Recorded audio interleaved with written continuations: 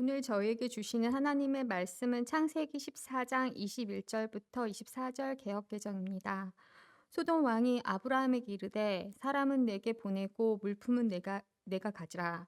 아브라함이 소돔 왕에게 이르되 천지의 주제이시오 지극히 높으신 하나님 여호와께 내가 손을 들어 맹세하노니 내 말이 내가 아브라함으로 치부하게 하였다 할까 하여 내게 속한 것은 실 오락이나 실매끈 한 가닥도 내가 가지지 아니하리라. 오직 젊은이들이 먹은 것과 나와 동행한 아넬과 에스골과 마브레의 분깃을 제할지니 그들이 그 분깃을 가질 것이니라. 살아계신 하나님의 말씀입니다. 아멘.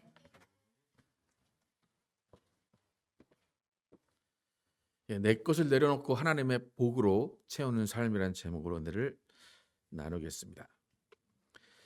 아브라함이 동쪽 나라 연합군의 전쟁에서 이기고 돌아옵니다. 롯을 구하고 그들에게 빼앗긴 소돔과 고모라의 물질들을 가지고 이제 자신의 고향으로 자신이 살던 곳으로 돌아옵니다. 근데 돌아오는 가운데 사회 골짜기라는 곳에서 두 왕을 만납니다. 살렘 왕 멜기세덱, 우리가 지난주에 살펴봤던 살렘 왕 멜기세덱, 그리고 소돔 왕을 만나게 됩니다. 사회 골짜기는 살렘 지역에 있는 곳입니다. 그래서 그 살렘 지역에 멜기세덱의 궁전이 있던 곳이 사회 골짜기입니다. 그러니까 전쟁에서 이기고 돌아오는 길 가운데 살렘이라는 곳이 있었고, 그곳에 멜기세덱의 궁전이 있었고, 멜기세덱이 돌아오는 아브라함을 맞이해서 그를 축복하고, 아브라함은 그에 응하여서 10분의 1을 멜기세덱에게 주었습니다. 근데 조금 의아한 점은 그 멜기세덱이 살고 있는 멜기세덱 궁전이 있던 그곳에 소돔 왕이 같이 있었다는 겁니다. 그러니까 소돔은 아브라함이 살고 있는 것보다 훨씬 밑이에요. 그 사해 쭉 밑에 남쪽에 있는 곳이 소돔입니다. 근데 그 소돔이 이번 전쟁에서 패했어요. 그래서 소돔과 고모라에 있던 모든 사람들과 물질들을 동쪽 연합군에게 뺏기고, 동쪽 연합군이 자기네 나라로 돌아가면서 오른쪽으로 가면서 위쪽으로 쭉 가는 도중에 아브라함이 쫓아가서 그 물건을 뺏어 온 겁니다.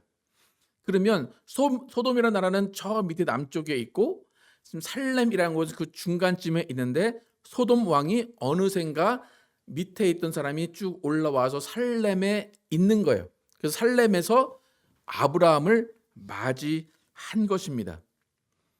그러니까 이 살렘 왕 멜기세덱이 있는 것은 당연해요. 그런데 소돔 왕이 왜 그곳에 있었는지가 의문입니다.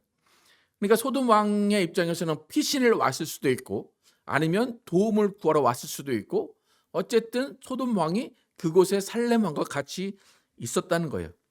그렇게 아브라함이 두 왕을 한 번에 만났는데, 두 왕은 전혀 다른 성격의 왕입니다.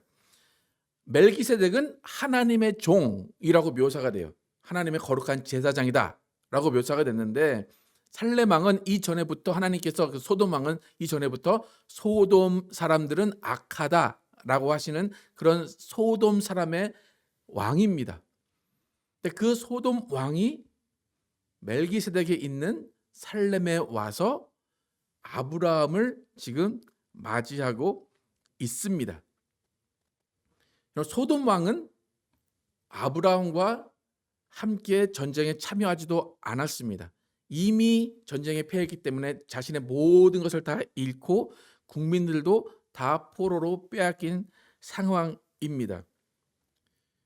그런데 왕이 자신의 나라에 가서 자신의 나라를 재건하거나 국민들을 돌보지 않고 지금 살렘에 와 있습니다. 소돔 왕이 왜 살렘까지 와 있었을까 살펴보겠습니다. 지금 살렘 왕과 소돔 왕과 멜기세덱이 함께 있다가 아브라함을 맞이했습니다. 그리고 소돔 왕은 멜기세덱과 아브라함 관계에서 어떤 일이 벌어졌는지, 그리고 멜기세덱이 아브라함을 축복하고 아브라함이 멜기세덱에게 10분의 1을 준 것을 봤습니다. 이제 그 일이 끝나고 나서 소돔 왕의 말이 등장합니다. 오늘 21절 함께 읽어보겠습니다. 시작. 소돔 왕이 아브라함에게 이르되 사람은 내게 보내고 물품은 내가 취하라. 소돔 왕이 갑자기 옆에 있다가 아브라함에게 그러는 거예요. 야, 사람은 나한테 보내고 물건은 네가 다 가져. 갑자기 이 말을 하는 겁니다. 그러니까 갑자기 뭐 빌려간 사람이 사람한테 뭐 달라고 하는 식으로 사람은 다 내게 보내고 물품은 네가 다 가져라, 그렇게 이야기합니다. 그러니까 왜 이런 말을 하게 된 걸까요? 지금 아브라함이 롯을 구하기 위해서 동쪽 연합군을 쫓아갔어요. 그래서 동쪽 연합군과 전쟁에서 이겨서 롯을 구하고 그들이 가지고 있던 전리품을 가지고 빼앗아서 왔습니다. 그러면 롯을 포함해서 그 오른쪽 동쪽 연합군이 가지고 있던 물품을 빼앗았다면 그 롯을 포함해서 그 물품은 원래 누구 겁니까? 그렇죠? 소돔과 고모라 거예요. 소돔과 고모라의 사람이고 소돔과 고모라의 물품을 빼앗아 옵니다. 그리고 중간에서 소돔 왕이 아브라함에게 야, 너는 사람은 내게 보내고 물품은 네가 가져라, 그렇게 이야기합니다. 다시 말해서 아브라함이 다시 되찾아온 그 사람과 물건은 원래 내 거니까 너 그냥 내가 배려하는 차원에서 물건은 다 가져. 그 대신 사람은 나한테 보내라고 하는 거예요. 그러니까 자기 딴은 되게 넓은 아량으로 베풀어 준 거예요. 야, 물건 난 필요 없으니까 너 가져. 사람만 내게 보내. 그런 거예요. 여러분들 이렇게 생각할 수 있죠, 그죠? 여러분 만약에 여러분이 강도를 만나서 여러분이 가지고 있던 물품을 다 뺏겼어요. 근데 어떤 의인이 나타나서 그 강도를 물리치고 그 물건을 빼앗겼던 물건을 다 찾았어요. 여러분을 만났어요. 여러분 뭐라고 할 거예요? 그죠? 그래서 내가 조금 소정의 살해를 하겠습니다, 그거잖아요. 지금 이상이 그 상황인 거예요. 예. 그나마 소돔 왕도 자기 딴에 그 배려했다고 생각이 들어요, 그죠? 물건은 다 가지라고 했으니까. 그러니까 여러분 이제 소돔 왕이 왜 기다렸는지 알겠습니까? 왜 굳이 그 남쪽에 있던 나라 왕이 막 와가지고 살렘까지 와서 아브라함을 기다리고 있던지 여러분 이해가 되십니까? 어떻게 보면 뭐 당연하다고 생각할 수 있는데 하나님이 이미 말씀하셨어요. 소돔 사람은 악하다. 예. 왜 악하다고 하셨는지 여러분 좀 이해를 하시기 바랍니다. 어차피 이미 뺏긴 거예요. 이미 자기 물건이 아니에요. 그런데 아브라함이 가지고 오니까 이제 그게 누구 거 같아요? 이제 내 거 같은 거예요. 그러니까 어쩌면 염치가 없는 거죠, 그죠? 물건 앞에서, 물질 앞에서, 사람 앞에서 염치가 없는 거예요. 내 게 아닌 것을 내 거라고 자신이 주장을 하는 겁니다. 이런 소돔 왕에게 아브라함이 어떻게 반응을 했는지 다시 한번 읽어보겠습니다. 22절 시작. 아브라함이 소돔 왕에게 이르되 천지의 주제시오 지극히 높으신 하나님 여호와께 내가 손을 들어 맹세하노니. 이 이야기를 어떤 상황 가운데 어떤 마음으로 어떠한 감정으로 했는지 여러분 생각을 해보시면 어떻습니까? 제가 만약에 이 얘기를 했으면 막 떨면서 했을 거예요. 일어나면서 그래도 차분하게 설명하면서 소돔 왕에게 이르되 천지의 주제시오 지극히 높으신 하나님 여호와께 내가 손들어 맹세하노니. 또 우리가 흔히 그러잖아요. 하나님께 맹세하지 말라고 하잖아요. 근데 여기는 맹세를 합니다. 아브라함이 얼마나 답답하고 얼마나 짜증이 나면 하나님 이야기하면서 맹세를 하겠어요. 정말 떨리는 마음으로 정말 분하고 정말 답답하고 정말 이걸 어떻게 해버릴까라는 그런 마음으로 이 이야기를 합니다. 그리고 자신이 맹세를 합니다. 23절 함께 읽겠습니다. 시작. 내 말이 내가 아브라함으로 치북해 하였다 할까 하여 내게 속한 것은 물론 한 실이나 신들매라도 내가 취하지 아니하리라. 이제 해석이 어렵게 되었는데 영어는 되게 쉽죠. I made Abraham rich라고 할까 봐 나중에 사람들이 야, 아브라함이 부자가 됐는데 어떻게 부자가 됐는 줄 알아? 소돔 왕이 그에게 물질을 다 줬어. 그에게 돈을 다 줘서 아브라함이 부자가 된 거야 라는 소리를 할까 봐 내가 이 전쟁에서 취한 모든 것 실오라기 하나라도 안 가지고 다 너에게 줄게 걱정하지 마라 라고 아브라함이 소돔 왕에게 이야기를 합니다. 그러니까 아브라함은 소돔 왕이 어떤 사람인지 이미 잘 알았던 것 같습니다. 분명 소돔 왕은 자신이 살렘에 가는 것 그리고 아브라함에게 사람을 달라고 하는 것이 자존심 상하는 일인 줄 알 거예요. 그럼에도 불구하고 그는 그냥 자신의 이익을 위해서 아브라함을 만나고 아브라함에게 내 것을 달라라고 이야기합니다. 그러니까 모든 관계가 자신의 자존심을 구겨서라도 그냥 자신의 이익을 취할 수 있으면 그냥 괜찮은 사람입니다. 그러니까 분명히 이 소돔 왕은 겉과 속이 다른 사람이에요. 아마 물건도 주고 싶진 않았을 거예요. 그런데 어쩔 수 없이 체면이 있으니까 물건은 네가 가져라고 했을 겁니다. 그러니까 능력은 없으면서 권리만 주장하는 인물이 소돔 왕입니다. 그러니까 이런 소돔 왕의 겉모습을 보고 그 속내를 보고 아브라함은 이제 선을 긋기 시작합니다. 만약 아브라함이 물질의 미련이 있었다면 자신의 공로, 자신의 그 보상을 받기로 원해서 어느 정도를 취했을 거예요. 그런데 야, 나는 아무것도 안 가질 거니까 네가 다 가져가라고 선을 긋게 됩니다. 그러니까 아브라함이 어떤 입장인가 하면 남의 손해가 나의 이익이 되는 그런 법칙을 따르지 않겠다는 거예요. 자신의 부와 성공이 오직 하나님으로부터 왔음을 인정하고 나는 하나님이 주시는 것만 있으면 돼라고 결단을 한 겁니다. 그러니까 복의 근원으로서 당당함, 자신감이 있는 거예요. 그러니까 소돔 왕은 절대적으로 세상의 법칙으로 사는 거예요. 이익을 추구하고 내가 어떤 손해도 감수하지 않겠다라는 어떤 이익만을 위한 삶을 취한 것이고 아브라함은 하나님의 방식의 삶을 취한 겁니다. 여러분 우리가 하나님께 속해 있다면 누구의 방식을 따라야 됩니까? 하나님의 방식을 따라야 됩니다. 그러니까 자신의 이익을 취하려고 하는 사람들을 오히려 멀리하고 우리는 하나님의 방식대로 하나님의 사람의 여유를 보여줄 줄 알아야 됩니다. 그런데 사실 교회 안에서도 자신의 이익만을 추구하는 사람을 만날 수가 있어요. 믿음 있는 척하면서 자신에게 이익이 되는 사람들만 가까이 하려고 하고 자신이 희생이 필요한 곳에는 쏙 빠져버리는 사람들이 교회에도 분명히 있습니다. 근데 왜 그런 삶을 살게 될까요? 여전히 세상의 법칙대로 세상의 삶의 방식대로 살기 때문입니다. 그러니까 오늘 창세기 14장의 이 아브람과 소돔 왕의 이 설교를 많이 들었다면 그런 삶을 살지 않을 수도 있을 거예요. 이 설교를 듣고 깨달았다면 그런 세상의 삶의 방식을 버렸을 거예요. 그런데 아무리 설교하고 아무리 말씀을 들어도 깨닫지 못하면 계속해서 우리는 세상의 삶의 방식을 따라 살게 되는 겁니다. 여러분 창세기 14장에 지금 소돔 왕의 이야기가 성경에 들어있는 이유는 뭘까요? 여러분의 삶이 소돔 왕과 같지 말라는 거예요.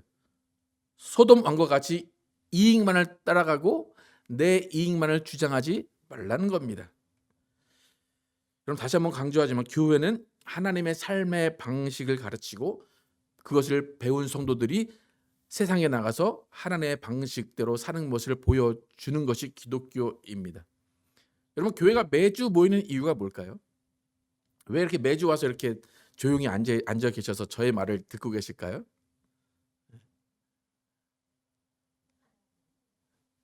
그러니까 일주일에 뭐 주일이 54번인가요? 네. 그러면 수많은 이야기를 짧게 잘라서 54번 실천하라는 거예요. 네. 그래서 54번 실천하면서 살라고 교회에 매주 모이는 거예요. 네. 그렇게 매주 듣는데 왜 교회는 그렇게 매번 욕만 먹을까요? 목사님들이 뭐 그렇게 나쁜 소리를 하는 건 아닐 거 아니에요. 그죠? 가서 남을 해하고 남의 것을 빼앗고 당신의 이익만 취하십시오라고 하진 않을 거 아니에요, 그죠? 그런데 오히려 왜 교회 사람들이 욕을 먹을까? 들어도 실천하지 않고 들어도 깨닫지 못하기 때문입니다. 여러분, 교회라는 것은, 또 설교는 나 잘 되는 것을 가르치는 것이 아니에요. 오히려 섬기라고 가르치고 오히려 모든 것을 나누어 주라고 가르치게 되어 있습니다. 왜냐하면 예수님이 그런 말을 하셨기 때문에, 바울이 그런 말을 했기 때문에 교회는 그렇게 가르칠 수밖에 없고 그렇게 가르쳐야만 됩니다. 그렇다면 그것을 듣고 우리는 행하고 실천을 해야 되는 것입니다. 근데 잘 보면 왜 그런가 생각을 해보면, 우리가 기도할 때 맨날 주시옵소서 주시옵소서 그러잖아요. 그러니까 주시옵소서 하다 보니까 뭔가 받는 게 익숙한 것처럼 되어버린 것 같아요. 그런데 예수님은 베드로에게 예수님, 나 예수님 사랑합니다 라고 했을 때 예수님은 내 양을 먹이라, 내 양을 치라, 내 양을 돌보라 하셨어요. 그러니까 우리가 하나님을 사랑하고 우리가 믿음이 좋고 우리가 교회를 잘 다닌다라고 하면 우리의 행동 방식, 우리의 삶의 방식은 예수님의 양을 먹이고 예수님의 양을 돌보는 거예요. 그 외에는 없는 겁니다. 그러니까 우리는 서로 사랑하고 서로 먹이는 관계입니다.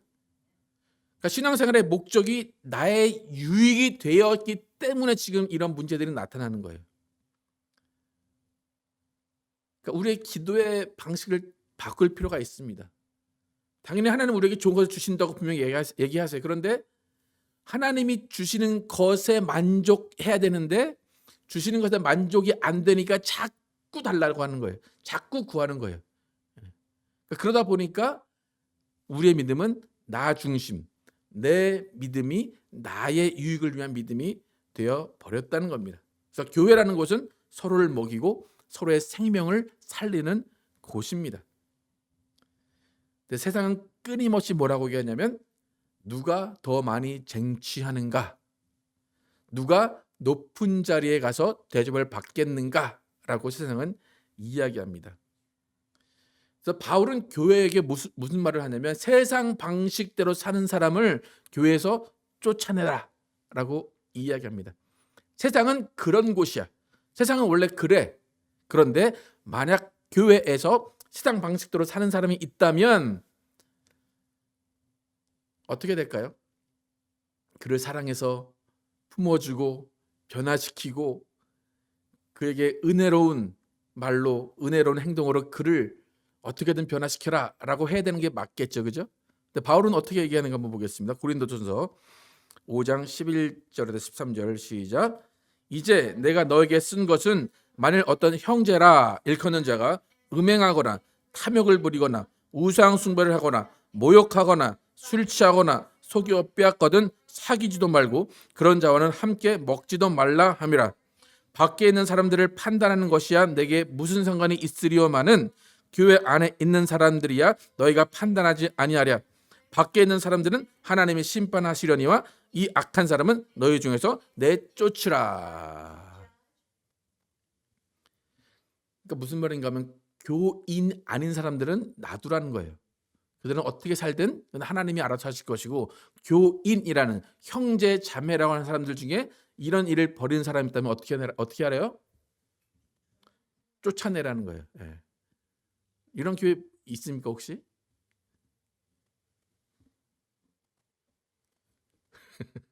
쫓겨나신 적 있으십니까? 이런 교회를 본 적이 없는 것 같아요, 저는. 그죠? 예.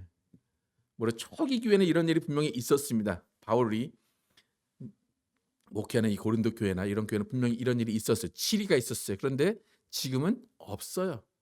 그러니까 당연하게 된 거예요.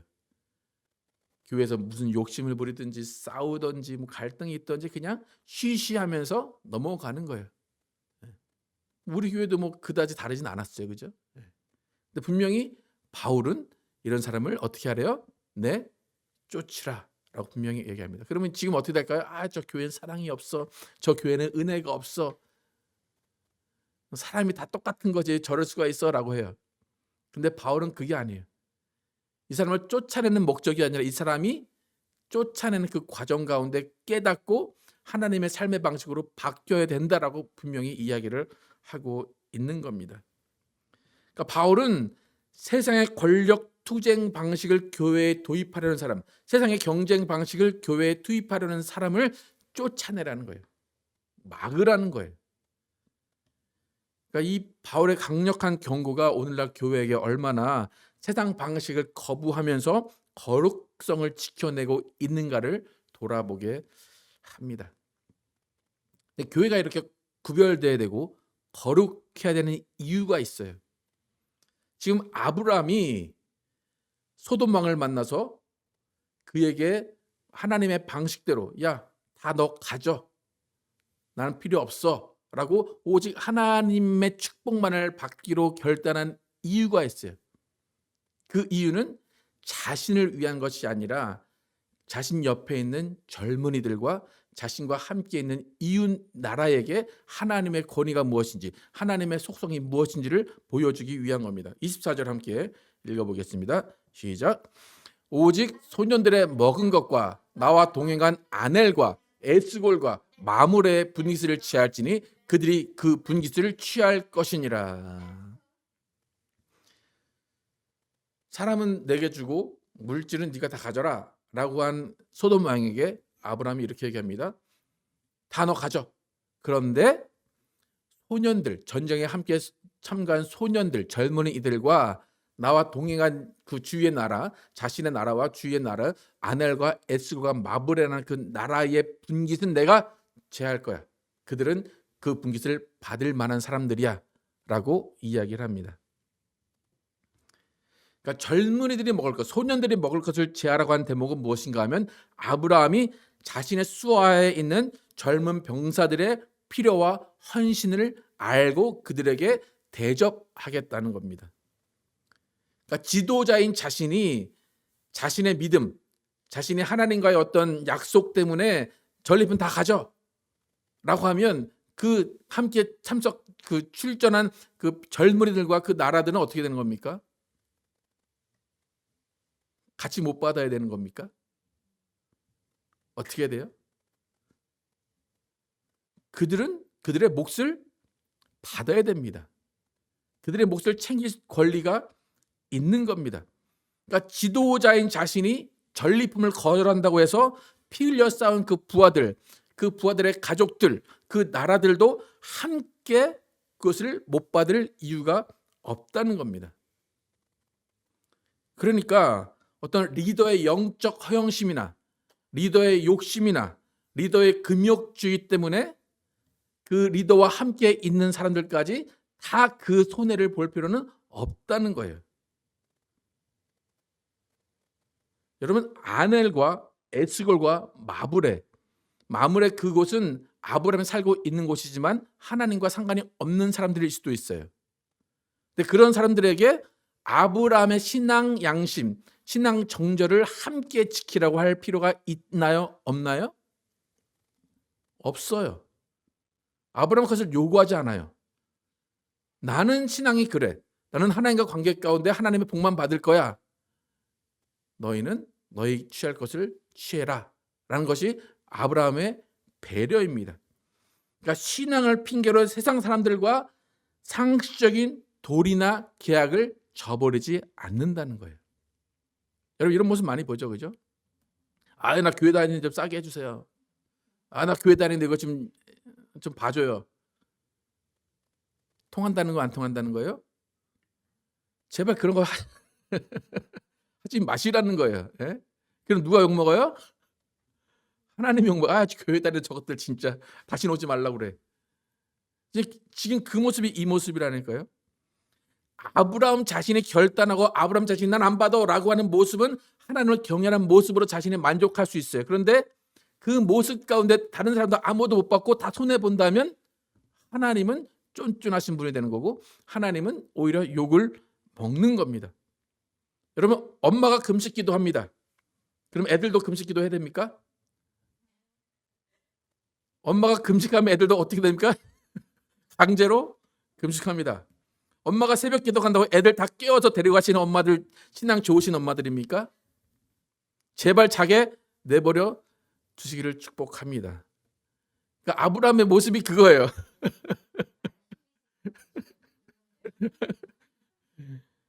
우리는 나 자신을 향해서는 타협 없는 거룩한 신앙 정절을 지켜야 돼요. 나 자신에 대해서는. 그런데 그와 동시에 나의 기준을 젊은이에게, 아이들에게, 소년에게 그대로 적응할 수는 없다는 겁니다. 다음 세대 젊은이들에게는 그들의 수고를 인정하고 그들에게 무엇인가를 줄 수 있는 사람이 되어야 됩니다. 그리고 아직 하나님을 믿지 않는 이웃들, 동맹들에게는 그들의 희생과 그들의 믿음의 방식을 강요하는 것이 아니라 모두가 공감할 수 있는 배려와 공감할 수 있는 이익을 그들에게 돌려주어야 되는 겁니다. 여러분, 우리는 나의 신앙은 지켜야 됩니다. 나의 신앙도 안 지키고 애들 그러니까 나도 안 가, 그게 아니라 나는 신앙을 지켜야 돼요. 하지만 그것을 젊은이들에게 나의 신앙을 요구하거나 나의 신앙을 관철시키면 안 된다는 거예요. 나와 함께하는 많은 사람들, 이웃들, 그들에게 배려를 통해서 하나님을 알게 해야지 나의 신앙을 주입하는 식으로 하나님을 알게 해서는 안 된다는 겁니다. 여러분, 믿음이라는 것은 사실 자기 만족하게 되어 있습니다. 나는 이런 사람, 난 이런 믿음을 가졌어. 그런데 그 한 단계 업그레이드가 된 믿음은 나의 믿음을 통해서 다른 사람들이 어떻게 변화될 것인가를 보는 거예요. 여러분, 바울도 그래요. 술 마셔도 돼요. 담배 펴도 돼요. 다 돼요. 그런데 처음 교회에 온 사람이 그 모습을 보고 하나님을 오해한다면 피지 마라, 먹지 말아요. 제사에서 절해도 돼요. 그게 아무것도 아닌, 신도 아닌 그 앞에 우상에게 절해도 돼요. 해도 돼요. 근데 만약에 교회 처음 온 사람이 절해도 돼요? 라고 물어보면 그때는 안 해야 되는 겁니다. 무슨 말인지 아시겠습니까? 믿음의 신앙의 정절은 내가 지켜야 돼. 그렇지만 내 믿음의 신앙의 정절을 통해서 다른 사람이 하나님을 오해하게 된다면 그것을 막으라는 것이 바울의 가르침입니다. 그러니까 지금까지 교회가 내 믿음 강조하는 거 좋아요. 그런데 그보다 수준이 올라가야지만 이제 이 시대에는 다른 세대의 젊은이들과 다른 이웃들을 구원할 수 있는 시대가 되었습니다. 세상의 성공은 내가 확고한 믿음을 가지고 내가 연구하고 개발하고 내가 발전시키고 내가 뭔가를 투자를 해야 세상은 성공합니다. 하지만 하나님 안에의 성공은 반대예요. 내 것을 내려놓고 하나님의 것으로 채우는 것이 하나님 안에서의 성공입니다. 여러분 어떻습니까? 여러분 믿음 가지고 무엇을 이루시려고 하십니까? 그 믿음은 누구의 믿음이고 누구를 위한 믿음인지를 다시 한번 돌아보시기를 축복합니다. 우리의 믿음은 하나님의 영광을 위한 거예요. 하나님의 나라를 위한 것이지 나를 위한 것이 아닙니다. 여러분, 만약에 내가 해야만 되고 내가 기도해서 다 됐고 내가 아니면 안 될 것 같은 믿음, 그 믿음이 진정한 믿음이라고 생각하신다면 오늘부터는 진정한 믿음은 하나님이 알아서 하실 것이다 라는 것을 믿는 믿음이라는 것을 기억하시기를 축복합니다.